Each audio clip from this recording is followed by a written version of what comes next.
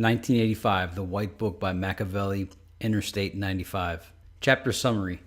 This chapter is about A.D., Seth Smarter, Jay-Z, same person, learning the drug game, learning his royal ancestry, the difference between the haves and have-nots, and coming up on his hustle and how he did it, and formed the commission.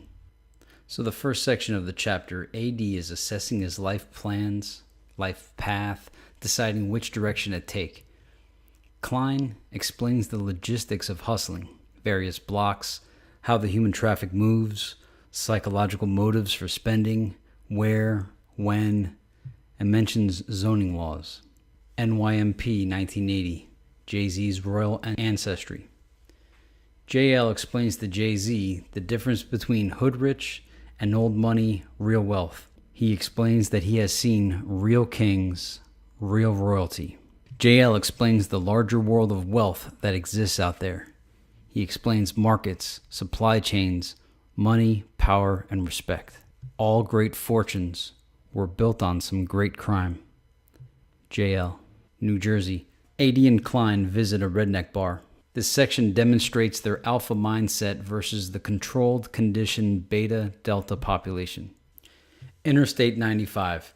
A.D. and Klein get pulled over by highway patrol and receive a parking ticket. A.D. gets a block from Klein and acquires a car to get there. A.D. provides fancy food for his mom. A.D. confronts Jose about getting fronted some work. Jose mentions that Shirley is pregnant and now they're family. Alpha. The confrontation demonstrates the change in who the alpha was from Jose to A.D. The tides have turned. The power shifted. Jay-Z, A.D. gains more power and insight. A.D. forms together the commission consisting of Theo, Bebop, and I believe AIS. There are NGE, Nation of Gods and Earths references by AIS. They lay out their plan on enterprising the return of the Jedi, or Sith. A.D. was missing for a moment, had people concerned, and he returns back with a wad of cash.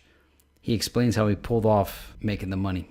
The section demonstrates the trust bond A.D. had with Theo as he lets Theo hold the wad of cash and Theo gives it back. It also demonstrates the moves that A.D. Jay-Z was willing to make. A.D. has become the alpha. Excerpt 26. Excerpt 26 is from Aerosmith's Dream On. I was pretty tempted to karaoke this for comedy factor, but it's just not going to happen. Even more interesting is that I just came up on more J-Li old tracks from 2002, and as J-Li did Only God Could Judge Me, he also remade Eminem's Sing for the Moment, which samples Dream On. So it's just really, it's like a few days ago I just happened to stumble upon that material, and here we are with Dream On, Aerosmith, Jay-Z. So go ahead and listen to Dream On by Aerosmith, and then see the links below in the description for Jay-Z performing his version of Dream On over his Dream song. Plus, there's a link for an I-95, Interstate 95 title, Tidal, that new company that he's working on. He did a live performance in May of the B-sides, and there's a giant I-95 sign in the background. It's almost like they've read the White Book. There's I think DJ Clark Kent has a different account on why the I-95 sign is there, but just there's an I-95 sign at Jay-Z's performance that just happened last month for Tidal. It's crazy. Really crazy. I'm telling you, the White Book is happening now. Characters: A.D., Jose, Klein, Klein's bitch, Filani, JL, Martin, Anthony, Diane, Mallory, Nikki, Fritz, The Lone Ranger, Paris, Theo, Mandarin, Shirley, Bebop, Ayaz, Sheikh Omar. Cultural references of automobiles. There was quite a few references to cars. And so we had the Mercedes S-Series, Ferrari, Black Cutlass, Buick, BMW, Porsche, and Volvo. General cultural references: Aerosmith, Dairy Queen, Burger King, Halalabad, Ferrari sunglasses, Silver Spur, Marcus Garvey, Peggy Sue, Careless Whisper, a song by Wham. Macy's Pink Champale, Denim Shorts. Air Force Ones, Izod Shirt. Moet Chandon, Greg Allman, TWA Hijacking, K-Swiss, Sathariel, Rothschilds, Colombian Terrorist Drug Cartels, Pumas, World Bank Debt, Armani Jogging Suits, John Mellencamp, A Little Ditty About Jack and Diane, Gucci Sneakers. In all the videos I've been making, I always have the cultural references section. I don't normally have the time to dive into some of the cultural references, but in this case, the band Wham, the lead singer was George Michael. And so like Led Zeppelin, the research I did on that, I looked up George Michael and Jay-Z and found a lot of stuff. So there was an article that Jay-Z said, George Michael at one time, he was really strong in the neighborhood. He penetrated urban culture really strong.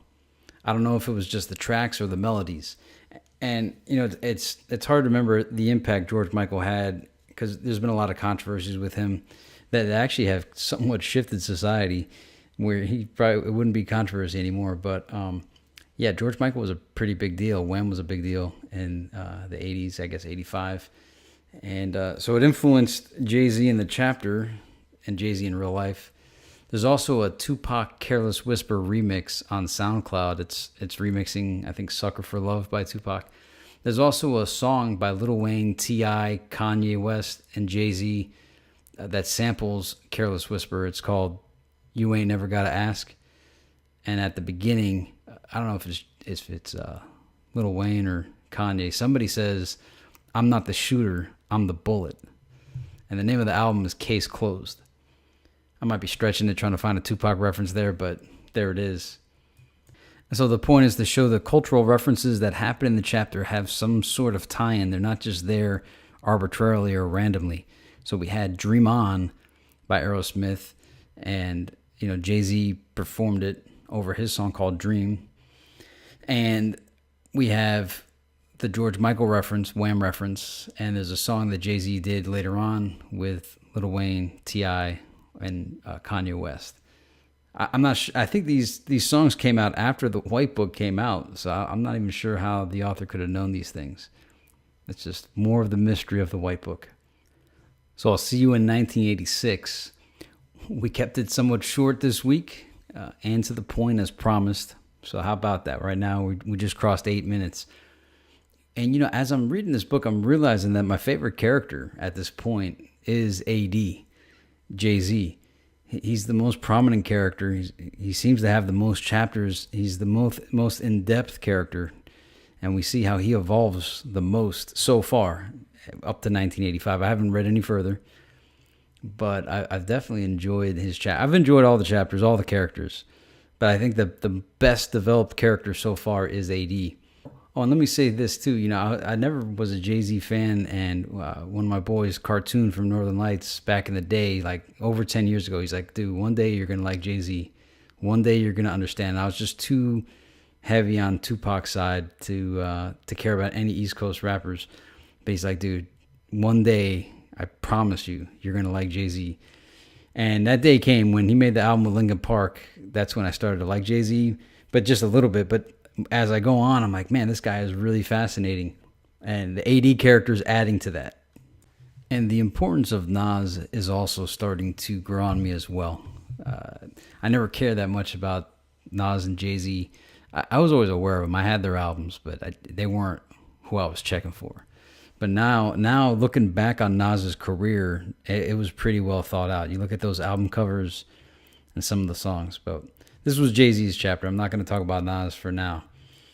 So a lot of Tupac articles came out this week. This was the week of his birthday. And some of the articles assumed he was dead without a doubt, and others questioned if he was alive. So it was neat just to see a lot of, you know, for a guy that's supposedly been dead for 19 years, there sure was a lot of articles about Tupac. Tupac was talked about more than people that were alive. I even saw that at one point he was the number 7 most tweeted personality or most tweeted trend on Twitter. And it was cool that it was number 7, 7 Day Theory. I didn't see any mentions of Casanova the Don or his song Mystery. And that just goes to show that, most media is all bought and paid for, because Casanova the Don, whatever you think about the guy, he's somewhat newsworthy. He really sounds like Tupac. And, whatever you think about him is irrelevant. And whatever your position on Tupac being alive or dead, that song Mystery is spectacular. I don't know if he wrote it himself, but what a great, recap or an alternate history. No matter how many times you hear that song, you're like, man, that is something else. So, I see a lot of people hate on Casanova the Don. Just let the guy be. There was Black Haze, Crazy, Master P to a certain extent. There's been a lot of people that, J-Lie, there's been a lot of rappers that tried copying Tupac. Casanova the Don's just the latest. But, what's kind of cute is he's got so many albums that I like to picture that Casanova the Don albums are all based on each year of Tupac still being alive. So after all the posthumous Tupac albums came out, begins the Casanova the Don saga, and it would be what Tupac would have released if he didn't exit. But anyway, I don't know Casanova the Don. I'm not trying to stick up for the guy. I'm just saying, why the hate? That song, The Mystery, is awesome, and there should be articles about that, because it just raises so many questions. It brings the such intrigue to the Tupac is alive theories. So I really appreciate The Mystery. If you guys haven't heard The Mystery by Casanova the Don, definitely check that out. So anyway, I'll leave you with that. I'll see you in 1986. Out of here.